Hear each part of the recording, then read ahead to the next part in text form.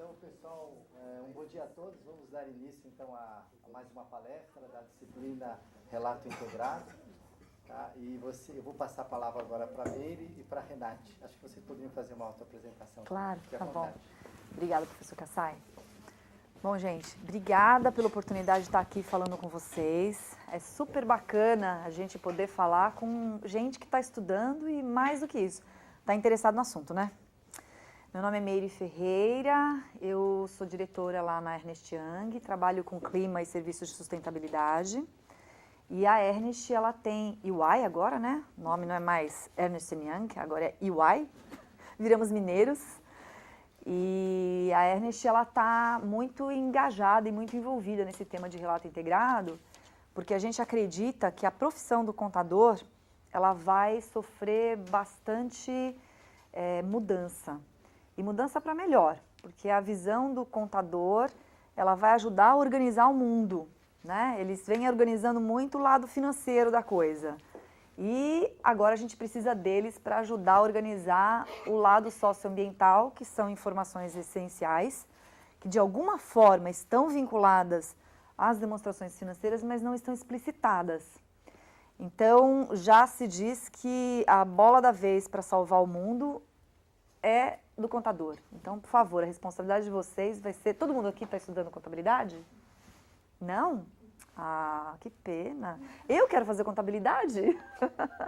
Só para ter uma ideia, qual é o curso que vocês estão fazendo? Contabilidade, contabilidade? Você não. Você está fazendo contabilidade? A gente é da Deloitte.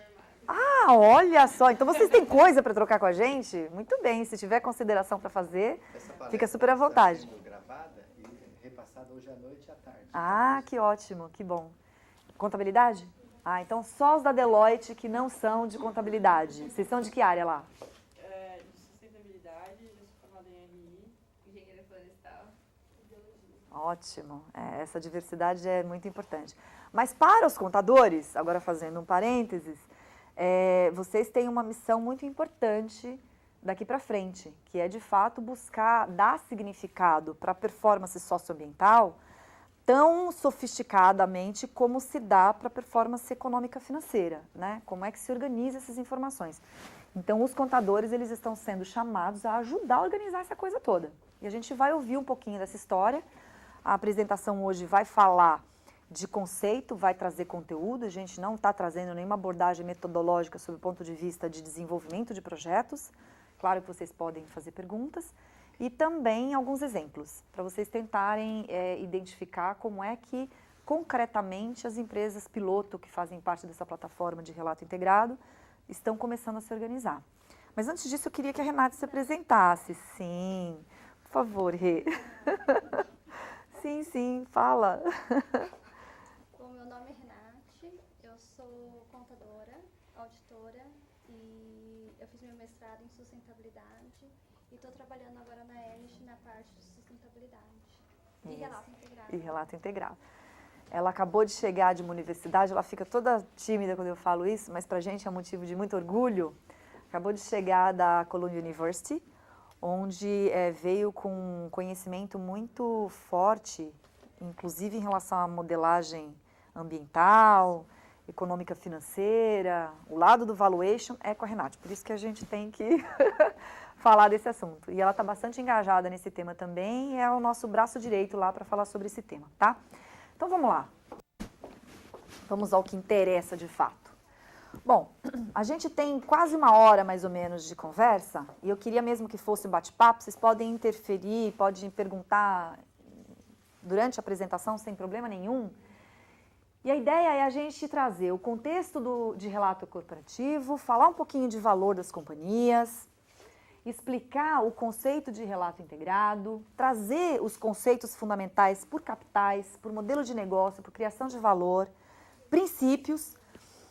Eu não sei quem de vocês conseguiu já dar uma olhadinha no primeiro framework, no draft, que vai ser lançado, a versão 1.0, agora em dezembro. Mas existe um framework lá no site do IRC que traz esses conceitos fundamentais e esses pilares que a gente vai ter que se embasar para poder construir esses processos e depois esses processos poderão gerar conteúdo para relatório, né? Então, a gente vai falar de materialidade e concisão, conectividade da informação, elementos de conteúdo, o ciclo de relato, para a pessoa de relações com investidores é importante, e alguns exemplos de empresas piloto. Eu acho que se eu seguir corrido, 20, 30 minutos no máximo eu cubro. Com as intervenções de vocês, com as questões de vocês, a gente gasta tranquilamente 40, 45 minutos, podendo ficar aí até mais tempo, a gente tem 1 hora, para cobrir todo esse conteúdo. Bom, o ponto de partida para isso, e aí, professor Kassai, que é um estudioso, se eu puder complementar também, fica à vontade, a gente está saindo de um cenário de tangíveis, partindo de uma economia baseada no produto, muito pautada no século XX, que a gente construiu então até o século XX, uma economia pautada em tangíveis, e a gente está mudando para uma economia baseada em conhecimento. Isso não é novidade, a gente já vem falando sobre isso há algum tempo, né? Mas isso traz para as empresas, quando elas têm que começar a informar como elas se desenvolvem, como elas dão seus resultados, algumas incertezas. Porque se eu trago uma performance que não tem um valor, eu não consigo trazer isso para os meus resultados que são tangíveis. E o mundo hoje, o sistema capitalista, a forma como a nossa sociedade está organizada, a forma como o sistema produtivo está organizado, ele precisa necessariamente trazer informações quantitativas, que tenham valor sob o ponto de vista econômico-financeiro, né? E o que vem acontecendo? Está havendo uma desregulamentação crescente, tem soberania do consumidor, o consumidor está fazendo escolha, então as empresas precisam se adaptar a essa mudança de comportamento, existe um ritmo de mudança acelerado, a internet, a comunicação globalizada veio fazer com que as empresas tenham que agir mais rápido, porque as informações são instantâneas. Então, o que está acontecendo na China agora, na China talvez não seja o melhor exemplo, mas o que está acontecendo na África a gente sabe on time, né, na hora, né? Na Índia, a gente também sabe o que está acontecendo do ponto de vista de impacto socioambiental, a gente consegue saber na hora. A força da sociedade civil, das organizações não governamentais que são ativistas, conseguem fazer um trabalho de mobilização na internet, nas redes sociais, que trazem para o mercado informações que até então o mercado não tinha. Então, um preço de uma ação, ele pode ter um valor hoje, acontece alguma coisa na cadeia produtiva dessa empresa em qualquer outro lugar no mundo, automaticamente isso pode refletir num preço de ação, tá? E o caminho para onde a gente está indo cada vez mais, a questão de análise de ciclo de vida, a questão de gestão de cadeia produtiva, de cadeia de fornecedores, começa a ser muito importante, porque as ações das empresas tendem a ser valoradas com base nessas informações que o mercado toma conhecimento e de acordo com o nível de consciência que o mercado tem sobre as práticas de gestão, sobre as práticas produtivas das empresas, tá? A questão da inovação tecnológica e a importância crescente de ativos intangíveis no valor da empresa, né?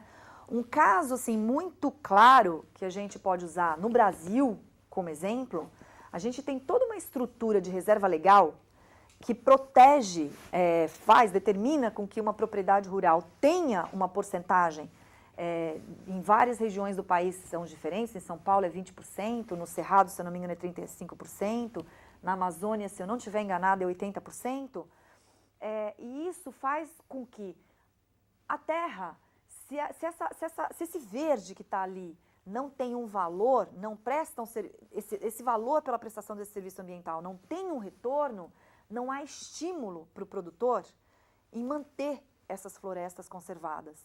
Tenho aí um estudo dos Balanços das Nações que mostra claramente isso. Então, o quanto, sob o ponto de vista de competitividade de país, a gente consegue aproveitar se a gente, de fato, conseguir valorar o valor desse ativo. Porque simplesmente ter por ter, na lógica da produção que a gente tem hoje, não faz sentido. Um produtor, ele está perdendo dinheiro em preservar uma área dentro de uma propriedade grande, rural. Mas, se ele começa a olhar essa proteção ambiental com significado, com valor, muda de figura. E é essa a lógica que a gente está caminhando aqui para o século... Como você faz isso para mim, Rê, por favor? Para o século XXI. né? Então, a gente tem uma cadeia de valor da nova economia, com integração do ecossistema, economia e sociedade global, que está pautada nessas coisas que eu acabei de comentar com vocês. A gente tem que necessariamente olhar a questão da competitividade e criação de valor sustentável no século XX, que depende da adaptabilidade das mudanças na sociedade e no meio ambiente e, fundamentalmente, um gerenciamento eficiente de ativos intangíveis. Isso com certeza trará um aumento no custo de vida para os consumidores, uma vez que o preço ele não está refletindo ainda esse custo do ecossistema. E naturalmente que o custo de vida aumentando, quer dizer, vai ser necessário que se aumente a renda para poder se ter um equilíbrio. Então, uma nova... É um novo jeito de fazer.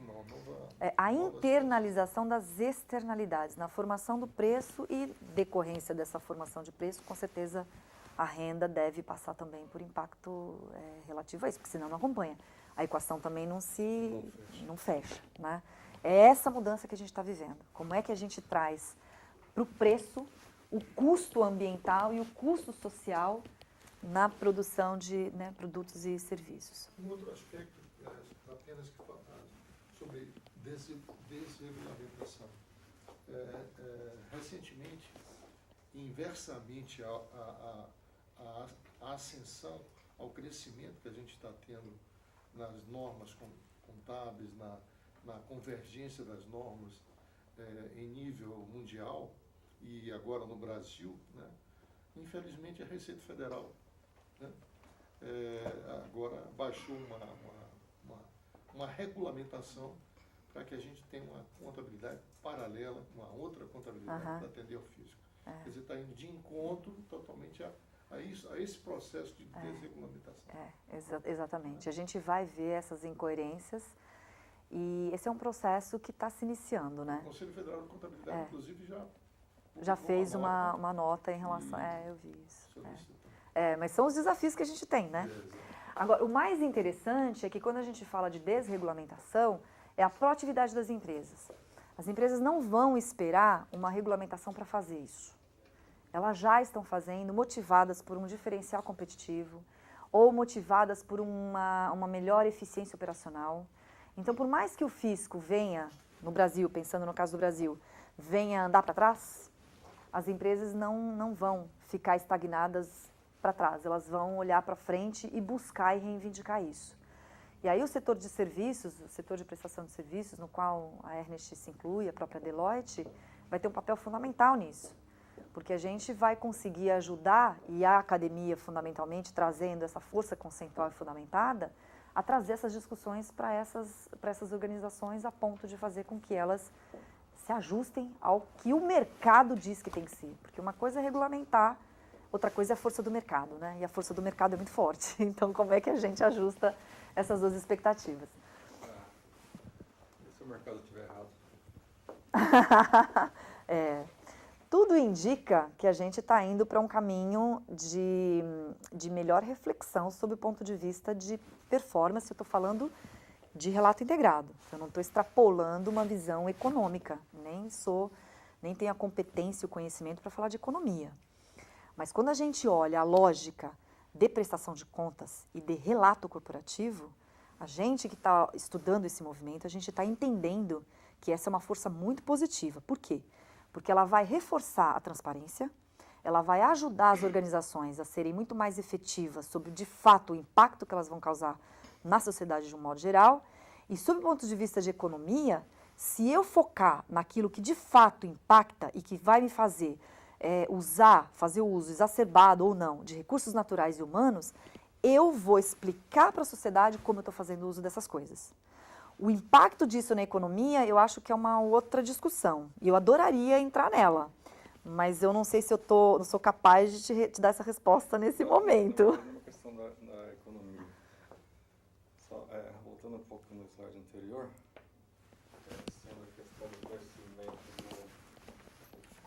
do consumidor na resolução da sustentabilidade, hoje a gente está vendendo iPhone, o novo, a uma taxa de 3 milhões por dia. Sendo que 3 milhões de pessoas por dia não precisam trocar de telefone. o custo ambiental disso é astronômico. Então, como é que fica a empresa que quer inovar, Entendo. mas precisa falar para o consumidor que ele não precisa comprar? Essa é a questão, é uma boa questão. Mas não é uma questão que esse movimento do relato integrado vem responder. Mas eu entendo você e acho que você está absolutamente correto. Porque o comportamento de consumo, ele tende a mudar, ele tem que mudar. Porque é insustentável fazer como a gente faz. O relato integrado, ele traz uma análise de modelo de negócio, a gente vai falar um pouquinho mais para frente. E é onde questões como essa devem aparecer quando o modelo de negócio estiver sendo analisado. E a gente imagina que quando as empresas estiverem fazendo análise do seu modelo de negócio, questões como essa precisarão ser endereçadas e precisarão ser explicadas para a sociedade. Então, essa resposta ela ainda não está pronta. A gente, como estudioso sobre o ponto de vista de gestão de sustentabilidade, a gente sabe mais ou menos o que precisaria ser feito. Não teria que haver um estímulo tão grande nesse tipo de consumo, né? Por outro lado, como é que a gente responde o outro lado da equação? Geração de empregos, né? Fomento de economia, como é que a gente equilibra essas coisas? E fazendo uma análise de modelo de negócio, questões como essa devem aparecer. E as empresas, se fizerem bem feito, se fizerem mesmo o exercício de buscar a integração dessas informações, elas terão questões sensíveis a responder. Tá? E essas respostas não estão prontas. Elas ainda estão sendo refletidas. Vamos lá. Bom, com aquele contexto que a gente colocou inicialmente, a gente está usando muito esse slide para dizer o seguinte, que o valor da empresa ele vem sofrendo ao longo do tempo. Na década de 70, 83% dos ativos de uma empresa eram fixos, eram tangíveis. E esse cenário ele vem mudando. Na década de 2000, 80% do valor das empresas é intangível. Né? De vez em quando me perguntam qual foi a lógica utilizada para chegar nesse resultado. Eu não tenho, até tenho esse estudo, se vocês entrarem nessa fonte do Ocean Tomo, eles têm lá toda a explicação da metodologia de como se chegou nisso. Mas, de fato, esse slide tem sido usado por todos que estão falando sobre a nova era de intangíveis, de valor intangível de uma empresa. Tá? E isso é o que vem despertando interesse de investidores. Por quê? Porque aqueles investidores que são mais conscientes, que estão questionando o modelo de negócio, que estão questionando o consumo exacerbado e não tão sustentável, do seu ponto de vista de conceito, de fato, e eles vêm querendo saber como é que uma empresa demonstra o ativo intangível que ela gera, independentemente disso ter valor ou não. Num primeiro momento, evidentemente que o capítulo da valoração já começa a ser fomentado e num futuro a gente imagina que vai ser uma questão muito necessária de ser enfrentada. Porque o que não é intangível a gente tem dificuldade de medir, se a gente tem dificuldade de medir a gente também não consegue performar, se a gente também não performa a gente também não compara, né? Mas a gente está nesse caminho.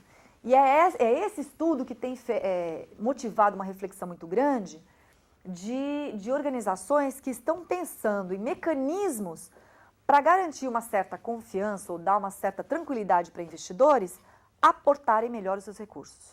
Tá? O relato integrado, o movimento do relato integrado tem como foco principal o investidor. Tá? Aquela pessoa, aquela organização que investe em outras organizações produtivas. É esse o foco. Existe, então, um gap crescente entre capitalização de mercado e valor contábil. Os investidores sabem existir um valor oculto que não está totalmente reconhecido nos balanços e que é, em grande parte, atribuível a valores intangíveis. Eu acho, pela minha experiência profissional, trabalhando com a área de controladoria em grande empresa e ajudando a organização a responder aquele formulário 20F, ou mandando aqueles questionários lá para a CVM, você deve conhecer bem, as informações sobre investimentos ou custos ambientais e sociais, elas estão refletidas nas demonstrações financeiras. O que não existe é uma explicitação dessas linhas quando se publica um balanço. De vez em quando, uma nota explicativa de um contador, quando se vai fazer uma auditoria, traz uma nota, e sempre numa ótica de risco, fazendo menção a alguma coisa que é intangível naquele primeiro momento, estimando, inclusive, uma provisão para poder evitar que isso seja um problema futuramente. Obrigada. Tá? Bom, avançando então. Pano de fundo, intangíveis, mudança de hábito, mudança de cultura, mudança de mercado. O conceito-chave de relato integrado está muito pautado na integração de fato de informações financeiras com informações tidas como não financeiras. Importante que fique claro que integração não é juntado, não é unificado. Unificado é diferente de integrado, tá? E a palavra integrado e o como se fazer essa integração, que é esse processo de aprendizado que a gente vai viver com a implementação e a utilização desse primeiro modelo de guia, né? Um guia para a gente começar a trazer isso. O relato integrado, ele também veio e trouxe uma abordagem de desempenho por capitais. Ele trouxe 6 capitais, a gente vai falar deles um pouquinho mais para frente. Esses capitais estão pautados no capital financeiro, no capital de manufatura, que é tudo que é ativo fixo, capital natural, que é o capital ambiental, capital humano, capital intelectual, capital social e de relacionamento. Uma empresa não necessariamente precisa reportar, precisa estruturar os seus processos e fazer o seu relato integrado em todos os capitais. Pode ser que a partir de uma análise de um modelo de negócio, de uma análise de contexto de operação, onde aquela empresa está inserida, e a gente vai falar sobre isso já já, ela tenha que reportar só 3 capitais. Ou não, ela como empresa pode entender que além desses 6, tenha 7, 8 capitais. Depende muito do que vai sair dessa análise desse modelo de negócio, entendendo esse contexto de operação de uma empresa no mundo, tá? Ele vai trazer uma projeção de estratégia futura e de desempenho, também sempre pautada nessa lógica de análise de contexto e de modelo de negócio. Esse impacto do modelo de negócio na estratégia da empresa vai trazer a visão sobre o desempenho financeiro, os ativos intangíveis, o desempenho ambiental e a conexão da atividade produtiva com as comunidades, com as quais ela se relaciona, tá? Na UI, a gente entende que um relatório integrado ele vai refletir a estratégia de criação de valor de uma empresa. Também a gente acha que ele é uma ferramenta de gerenciamento para medir e comunicar esse valor de uma maneira integral. Ele vai explicar os vínculos entre a performance financeira, a estratégia de sustentabilidade e o valor gerado a partir de atividades e negócios sustentáveis. E, finalmente, num estágio um pouco mais maduro, vai quantificar e vai monetizar, onde possível e onde for de fato material para aquela empresa, a criação desse valor, tá? Então, o foco, a lógica de uma abordagem de relato integrado é demonstrar como as empresas criam e geram valor, tá? Como eu disse agora há pouco, os capitais que a gente tem dentro do framework são esses, trazendo uma ilustração aqui, explorando um pouquinho cada dimensão. A gente tem no capital financeiro o capital disponível, que é o patrimônio, a dívida, benefícios fiscais ou gerado pela própria operação. No capital humano, a gente tem competências, habilidades, experiências e motivação dos profissionais. No capital natural, ar, água, terra, minerais, biodiversidade, ecossistema. No capital social de relacionamento, valores, relacionamento com fornecedores, clientes, parceiros de negócio, licença social de operação. Hoje não basta apenas uma empresa ter uma licença ambiental de operação. Se uma comunidade se sentir afetada, ela vai fazer alguma ação para impedir uma determinada atividade. Então, é dessa licença social que a gente está falando. E para evitar que essa licença social seja perdida, uma estratégia de engajamento com partes interessadas, de relacionamentos com partes interessadas, fundamentalmente com as comunidades locais, a depender do tipo de operação, é essencial para o sucesso de um determinado negócio. No capital intelectual, patentes, licenças de software, direitos, sistemas, protocolos, reputação, marca. No capital manufaturado, instalações, equipamentos, infraestrutura, enfim, tudo isso. Vocês estão vendo alguma coisa muito diferente do que vocês já conhecem aí? A gente sabe de tudo isso, né? Não é nada muito diferente do que a gente tem. O relato integrado, ele não vem trazer nada sob o ponto de vista de conteúdo que a gente vem trabalhando, de conhecimento que a gente vem gerando, novo. Ele traz uma proposta apenas de olhar de uma forma diferente todas essas coisas de uma maneira conjugada. Onde é que eu descrevo melhor como eu desempenho olhando pela ótica de capitais? Porque, de um modo geral, as empresas já reportam essas coisas todas. Implicitamente ou não reportam e essas informações estão dentro das empresas, principalmente no que se refere a patentes e licenças de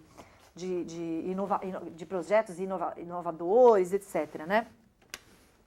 Bom, tudo bem até aqui, gente? Tá tranquilo? Tô falando rápido demais? Não? Tá bom?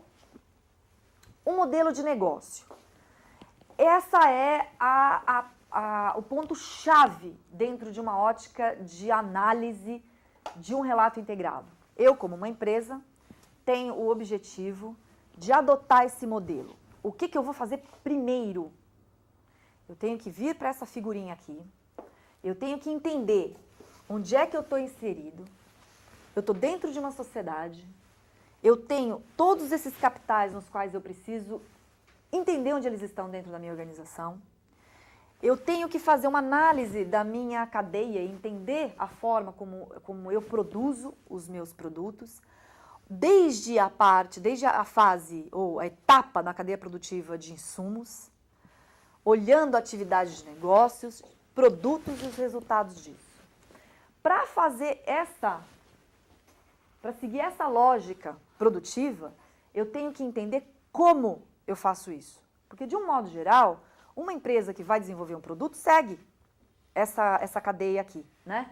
Mas a pergunta que a gente tem que fazer quando a gente fala de relato integrado é: como eu faço? E é nessa hora que o modelo de negócio deve ser avaliado. Então, essa pergunta que você fez sobre a questão dos celulares é uma pergunta que se tem que fazer quando tiver que se fazer uma análise de modelo de negócio. É onde eu vou, como empresário, assumir o risco de continuar produzindo tecnologicamente, estimulando um consumo, em contrapartida do risco que eu posso ter ao fazer isso ou não fazer isso. O que eu ganho não fazendo, o que eu perco fazendo. Aí o tomador de decisão, em termos de gestão, vai ter uma maior clareza do que ele está fazendo. Só que ele não tem como omitir informação se ele quiser entrar nesse modelo. Por enquanto é voluntário. Futuramente a gente entende que isso pode caminhar para um modelo mais regulado. Há países que já começam a falar sobre isso. Os investidores, dentro de uma lógica dessa, eles vão aprender a perguntar. Quando eles aprenderem a perguntar, eles vão fazer as perguntas como você acabou de fazer. E uma empresa que vem fazer esse relato, ela vai ter que ter feito essa reflexão e ela vai ter que ter publicado essa reflexão. Explicado como que ela vai endereçar essas questões que são chave para aquele modelo de negócio.